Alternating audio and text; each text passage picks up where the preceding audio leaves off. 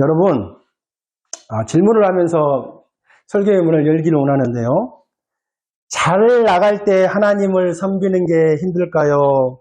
아니면 어려움 가운데 하나님을 섬기는 게 어렵겠습니까? 우리 공성도님, 성공한 후에 예배드리는 게 더 어려울까요? 아니면 실패한 후에 하나님 앞에 예배드리는 게 더 어렵겠습니까? 둘 다 어려워요? 성공 안 해봐서 잘 모르시겠습니까? 한번 질문을 해봐야 될 것 같아요. 먼저 욥은 잘 나갈 때, 형통할 때, 성공할 때 같은 말이요. 축복을 받은 후에 하나님을 잘 섬겼다는 거예요. 자, 1장 3절 우리 다 같이 한번 읽어볼까요? 시작. 그의 소유물은 양이 7천만, 7천만, 소가 500결이요, 암나귀가 500마리며 정도 많이 있었으니 이 사람은 공방승행 중에 가장 훌륭한 자라. 지금 욥의 재산 목록에 대해서 이야기하고 있어요. 우리 TD에, 우리 RBC 어카운트에 지금 돈이 얼마나 있는지 이야기하는 거예요. 소가 500결이. 500결이면 1000마리잖아요. 요즘 소 한 마리에 네이버 찾아보니까 좀 소값이 올라가지고 한 돈 1000만 원 정도 한다고 그래요. 그러니까 욥의 재산 목록 중에 다 빼고 그냥 몇 가지만, 소만 한 마리에 1000만 원씩 하고요. 소만 100억. 낙타 한 마리는 낙타가 이렇게 비싼 줄 몰랐는데요. 비싼 거는 20억. 아주 싸게 싼 건 1억 정도 한다고 그래요. 계산해 보니까 낙타값만 3천억. 이건 메리스가 걸리지 않은 낙타예요. 그러니까 여러분, 뭐 100억, 3천억 우리 어카운트하고는 다르잖아요. 다른 것은 계산하지 않더라도요. 욥은 그냥 부자가 아니라 굉장한 거부였죠. 요즘 말로 말하면 뭐 오늘날에 뭐 빌 게이츠 같은 뭐 테슬라 회장 같은 억만장자라고 할 수 있습니다. 욥이. 서양 속담에 보면은요, 여름 하루는 겨울날의 여름보다 더 많은 음식을 상하게 한다, 그런 말이 있어요. 맞잖아요. 냉장고 없이는 상상할 수도 없죠. 되게 사람의 생활이 안정이 되고 걱정이 없어지면 그 정신 자세가 해이해지고 세속적인 경향에 빠지는 경우가 굉장히 많습니다. 한번 봐보세요.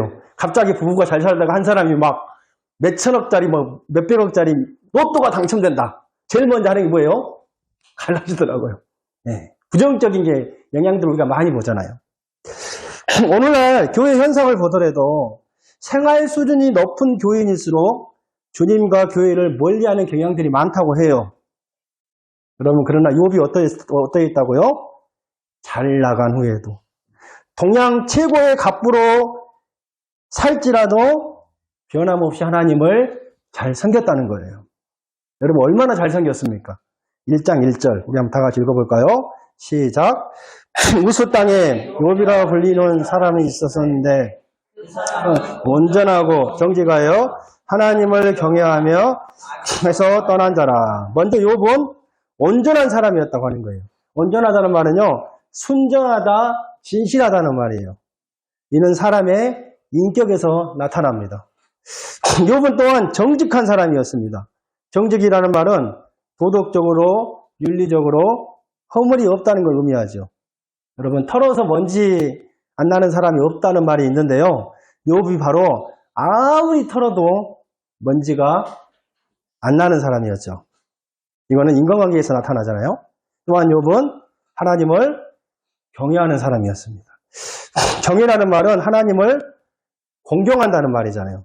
하나님의 존재를 위대하게 여기고 높이며 두려워하는 것을 말하죠. 이는 하나님과의 관계에서 나타나요. 더 나아가 욥은 악에서 떠난 사람이라고 이야기하는 거예요. 다시 말하면 뭐예요? 이 세상에 삶의 패턴을 따르지 않고 삶에서 철저하게 성별된 삶을 의미합니다. 제가 한국에서 청년 사역을 할 때 한 청년이 이렇게 말했던 것이 기억이 나요.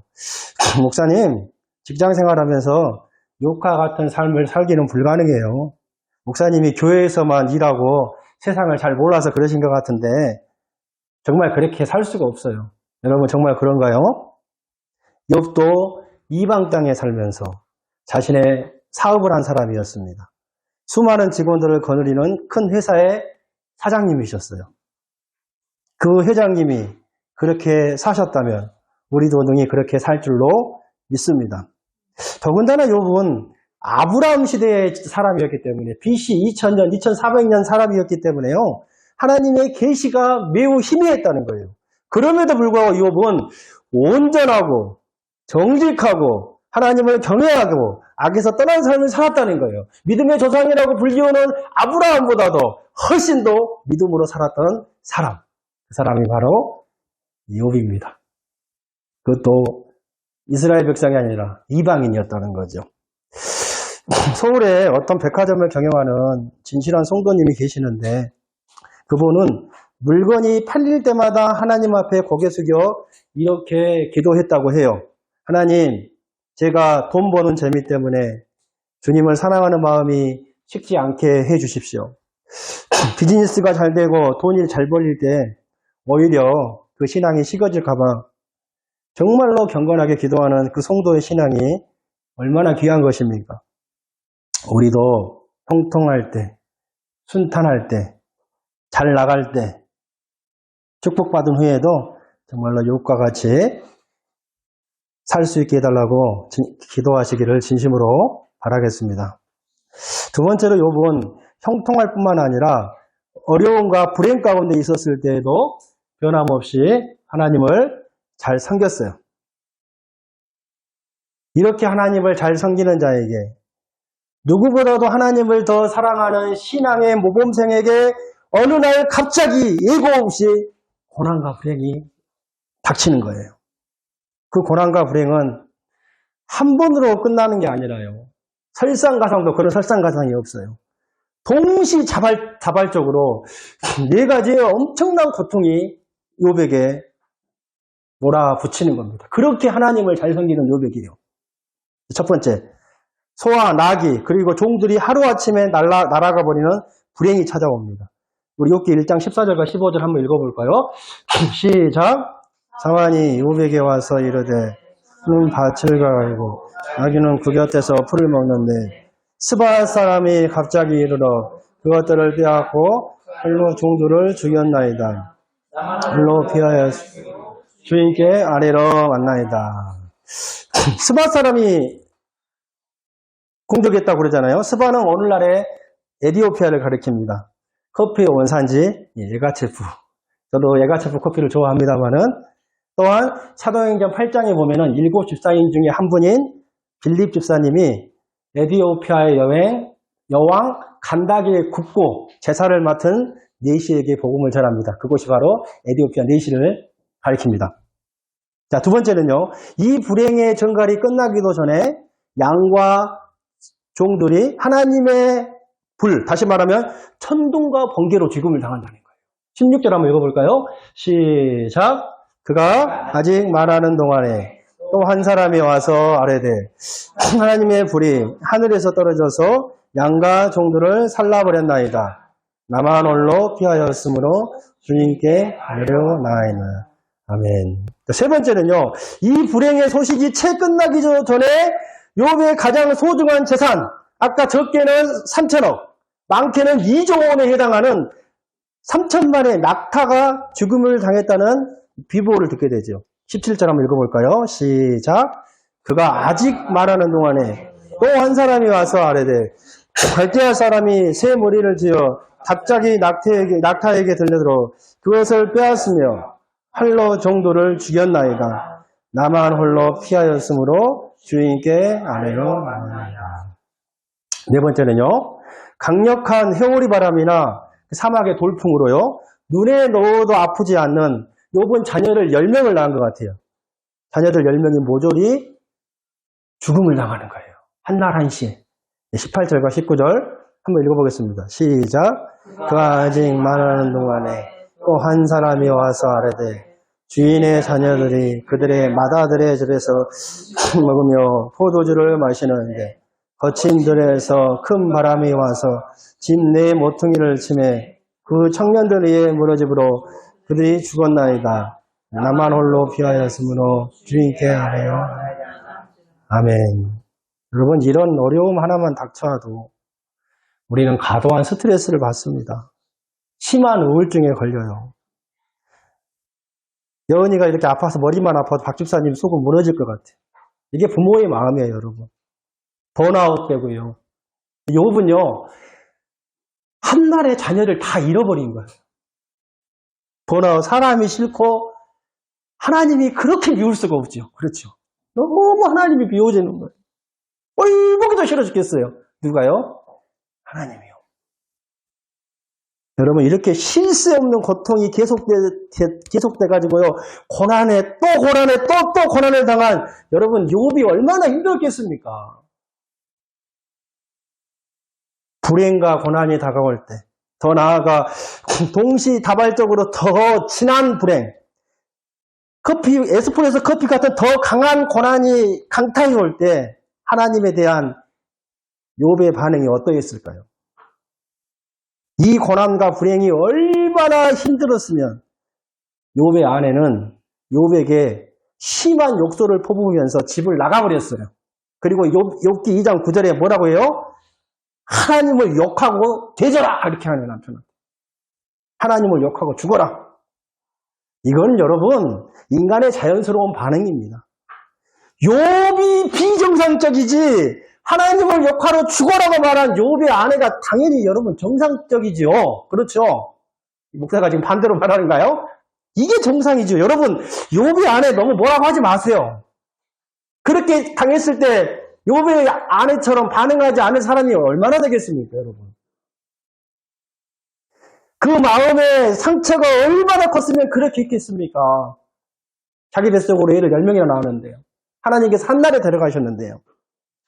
저는 욥의 아내가 충분히 이해가 됩니다.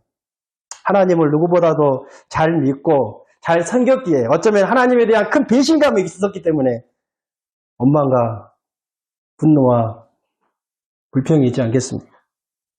더 나아가 욥은 건강마저 잃어버린 거예요.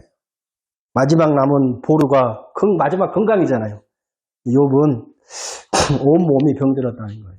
욥기 2장 7절과 8절 한번 읽어보겠습니다. 시작. 사탄이 이어 같이 읽겠습니다.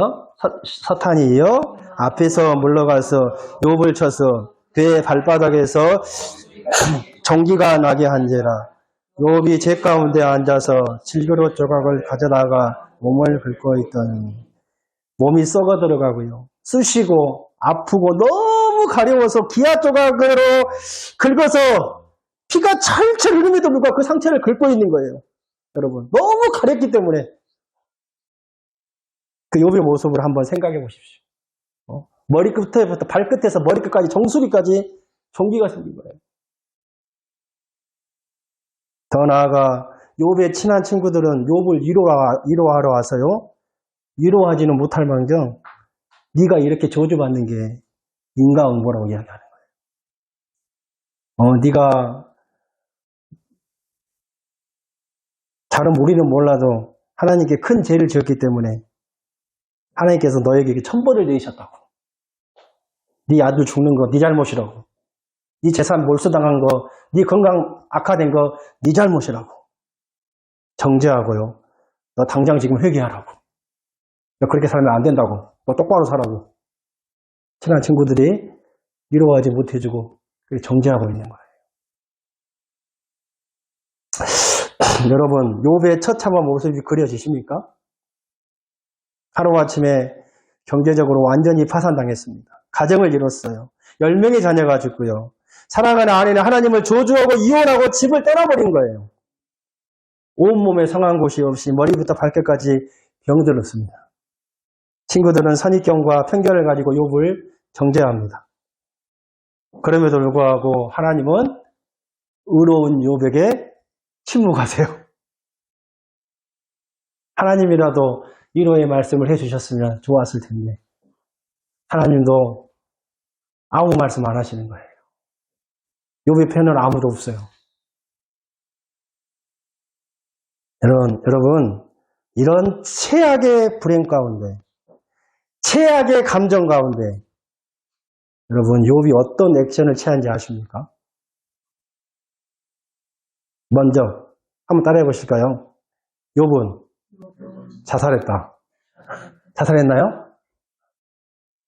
20절 한번 봐볼까요? 시작. 욥이 일어나 겉옷을 찢고 머리털을 밀고 땅에 엎드려 예배하며. 여러분 이런 최악의 감정 가운데, 최악의 불행 가운데 욥이 첫 번째로 취한 액션이 뭐라고요? 하나님 앞에 예배드렸다는 거예요.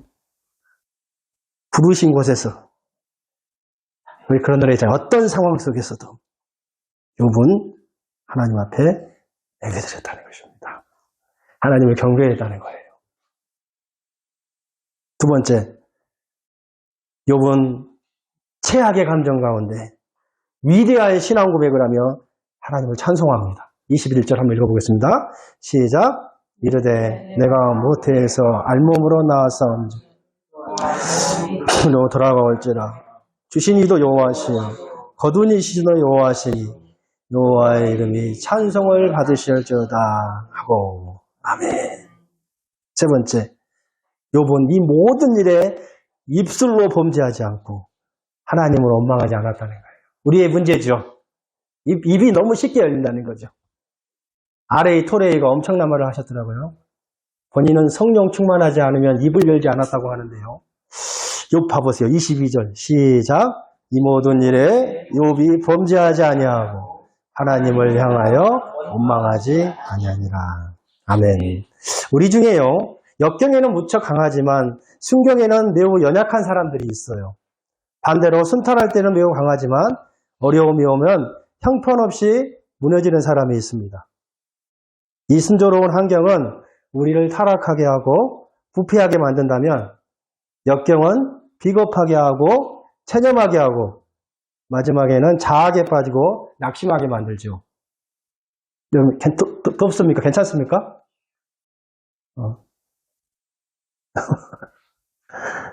예로부터 여러분 에어컨 그래서 키 주고 오세요. 좀 에어컨 좀. 입을 덮고 있어서 괜찮을 것 같아요. 네. 예로부터요 고생과 시련이 가장 값비싼 그 교훈이라고 하지만 여러분 그것도 어느 정도 문제죠. 그렇잖아요. 뭐 젊어서 고생도 사서 한다고 하잖아요. 돈을 주고서 하는데 그것도 어느 정도의 문제지요. 극한점에 다다르면은요 아무리 신앙이 좋은 사람이라고 할지라도 교양도, 지성도, 예의도, 인격도, 믿음도 잊어버리는 사람이 되기 쉬워요. 지도 코너에 몰리면 고양이를 공격한다고 그러잖아요. 정말로 마치 욥의 아내처럼 하나님을 요구하고 죽어라. 물론 우리가 그런 삶을 살면 안 되겠지만 이해가 된다는 거예요. 이해가. 그럼에도 불구하고 욥은 이렇게 사면초가의 공경에 몰리게 되었지만 흔들리지 않는 전초로 신앙, 철인과 같은 믿음을 지금 우리에게 보여주고 있는 거예요. 사랑하는 여러분, 우리가 부족하지만 욥과 같이 이렇게 기도하기를 원합니다. 하나님, 순탄할 때 방심하거나 유혹에 끌려 세상에 물들지 않게 하여 주옵소서. 하나님, 역경 중에 견디지 못하여 하나님을 원망하고 내 자신을 자학하고 낙심하여 하나님을 떠나고 현실을 기피하지 않게 하여 주옵소서. 더 나아가요. 세 번째로 욥은 한 번 더 따라해 보시겠습니다. 까닭 없이도 하나님을 잘 섬겼습니다. 자, 우리 1장 9절에서 10절 다 같이 읽어보겠습니다. 시작. 사탄이 여호와께 대답하여 이르되 욥이 어찌 까닭 없이 하나님을 경외하리까? 주께서 그와 그의 집과 그의 모든 소유물을 울타리로 두르심 때문이 아니니까. 주께서 그의 손으로 하는 바를 복되게 하사 그의 소유물이 땅에 넘치게 하셨음이니이다. 지금 사탄이 욥을 하나님께 참소하고 있는 거예요. 지금 뭐라고 고자질하고 있어요? 하나님, 욥이 하나님을 잘 섬기는 이유는 그냥 잘 섬기는 게 아니라 다 까닭이 있다는 거예요. 다 이유가 있다는 거예요. 무슨 이유요? 하나님이 욥에게 많은 축복을 주고 그를 지켜주시고 보호해 주셨기 때문에 욥이 하나님을 잘 섬기는 거라고 지금 고다지라고 있는 거예요. 그러나 여러분 보십시오. 욥은요, 까닭 없이도 아무 조건 없이도 하나님을 잘 섬겼다는 거예요. 물질을 다 잃어버리고 자녀를 다 잃어버리고 가정이 파탄에 이르고 절친들이 오해를 하고 건강까지 다 잃어버렸습니다. 그럼에도 불구하고 욥은 아무 까닭 없이 아무 이유 없이 하나님을 잘 섬겼다는 거예요. 욥기 2장 10절 우리 자막 보고 한번 읽어보겠습니다. 시작. 그가 이르되 그대의 말이 어리석은 여자의 말 같도다. 우리가 하나님께 복을 받았은즉 화도 받지 않겠느냐 하고 이 모든 일에 욥이 입술로 범죄하지 아니하니라. 아멘. 복을 받았으니 화도 받지 않겠느냐. 구판 성경에는 복을 받았으니 재앙도 받지 않겠느냐. NIV 영어 성경에 보니까요. 하나님 앞에 우리가 선한 것, 좋은 것도 받았으니 어려움도 받지 않겠느냐. 이런 고백인 거예요. 정말로 이제는 하나님을 잘 섬길 아무 조건이 욥에게는 없었어요. 아무 이유가 없었어요. 아무 까닭이 없었어요. 그러나 욥은 변함없이 무조건적으로 하나님을 섬기고 무조건적으로 하나님을 사랑했다는 거예요. 여러분 어떻습니까? 욥의 까닭 없는 신앙에 비하면 우리는 어떻습니까? 다 까닭이 있지 않겠습니까? 다 이유와 조건이 있지 않겠습니까? 직장과 사업이 잘 되기 때문에 하나님을 섬기고 자녀들이 성공하고 공부를 잘해서 하나님을 잘 섬기고 병들었다가 치료됐기 때문에 하나님을 잘 섬기고 사랑하는 사람과 결혼하면 하나님을 잘 섬기고 건강하기 때문에 하나님을 잘 섬기고 기도한 대로 순탄한 길이 열렸기 때문에 하나님을 잘 섬기는 것입니다. 그러나 그렇지 않으면 우리는 어떤 액션을 우리 같이 하나요? 하나님을 멀리하고 원망하고 우리의 신앙이 드라이 되지 않습니까? 마치 우리의 신앙이 냉동고처럼 차갑게 꽁꽁 얼지는 않느냐는 말입니다. 사랑하는 성도 여러분, 우리가 예배 후에 집에 가서도 욥의 신앙을 묵상했으면 좋겠어요. 하나님, 욥과 같이 어떤 상황 속에서도 쉽지는 않겠지만 어떤 형편에 있든지 욥과 같이 아무 까닭 없이도 하나님을 변함없이 잘 섬길 수 있는 내가 되게 해달라고 기도할 수 있게 되기를 바라겠습니다. 우리 5분만 더 좀 살펴보고자 원하는데요. 다 같이 우리 다니엘서 3장 17절에서 18절 우리 자막보고 한번 읽어볼까요? 시작. 왕이여 우리가 섬기는 하나님이 계시다면 우리를 명렬히 타는 풀무불 가운데서 능히 건져내시겠고 왕의 손에서도 건져내시리이다. 그렇게 하지 아니하실지라도 왕이여 우리가 왕의 신들을 섬기지도 아니하고 인상에게 절하지도 아니할 줄을 아옵소서. 아멘. 무슨 내용이에요? 지금 바벨론에 느부갓네살 왕이 금신상을 만들어 놓고 절을 하라고 하는 거예요. 근데 다니엘의 세 친구가 끝까지 거절하고 고백하는 말이잖아요. 이와 같은 고백은 우리 믿는 자들이 죽음을 앞에 두고 할 수 있는 가장 멋지고 당당하고 아름다운 답변이라고 생각됩니다. 정말로 이들은요, 하나님께서 자신들과 함께 하신다면 영광로 속에서도 살아있을 수 있다는 분명한 확신이 있었습니다. 그러나 하나님의 뜻과 계획을 잘 모르기 때문에 만약에 죽더라도 자기들은 신상에, 다시 말하면 하나님의 다른 우상을 섬기지 않겠다고 그렇게 고백하고 있는 거예요. 이들은 그렇게 하지 아니하실지라도 말한 거예요. 자기들이 가지고 있는 믿음이 이것이지만 혹시 하나님께서 다른 뜻을 가지고 계시더라고 하더라도 그들은 기꺼이 하나님의 뜻에 복종하겠다는 거예요. 자기들이 가지고 있는 믿음이 뭐였어요? 하나님이 우리를 분명히 살려주실 것이다라는 믿음이 있어요. 그러나 만약에 하나님이 나를 죽이시더라도 변함없이 하나님의 뜻에 복종하겠다는 거예요. 여러분 참으로 아무 까닭이 없는 아무런 조건이나 어떤 계산이 없는 놀라운 신앙이 아닐 수가 없어요. 우리도 이런 그리 아니하실지라도의 신앙인이 되시기를 바랍니다. 네, 마지막으로 하나만 더 찾아봤으면 좋겠어요. 요즘 하박국서 3장 17절이죠. 날씨가 올라가고 내려가듯이 얼마나 우리의 신앙이 감정적이에요, 여러분. 그렇잖아요. 보세요. 이렇게 에어컨 올라가서 온도가 내려가니까 이렇게 좋다가 아까는 설교자도 힘들어가지고 막 더워 죽겠다는. 어쩌면 우리의 신앙인 것 같아요. 우리 하박국서 3장 17절 한번 읽어보겠습니다. 시작. 나무가 무성치 못하고 포도나무에 열매가 없고 감람나무에 소출이 없으며 밭에 식물이 없으며 풀에 양이 없으며 예안간에 소가 없을지라도 나는 여호와로 인하여 즐거워하며 나의 구원의 하나님이라. 아멘. 여기서 말한 무화과는 양식입니다. 포도주는 음료수인 포도주의 주 재료예요. 이스라엘은 날씨가 더운 나라이기 때문에 포도주가 없으면 살 수가 없어요. 감람나무는 없어서는 안 될 기름입니다. 식물은 식량이에요. 양은 그 털로 옷을 만들어요. 소는 밭을 갈고 일하는 수단이에요. 인간이 기본적으로 갖춰야 할 의식주입니다. 또 양과 소는 하나님께 제사하는 제물입니다. 당시 이런 것들은 사치품이 아니라 필수품들이었어요. 당연히 갖춰야 할 것들이에요. 삶을 위해서. 그런데 지금 뭐예요? 그런 것들이 전혀 없다는 거예요. 있고가 아니라요. 없고예요. 6가지나 돼요. 모든 게 없어요. 아무것도 없어요. 못해요. 안 돼요. 망했어요. 불행해요.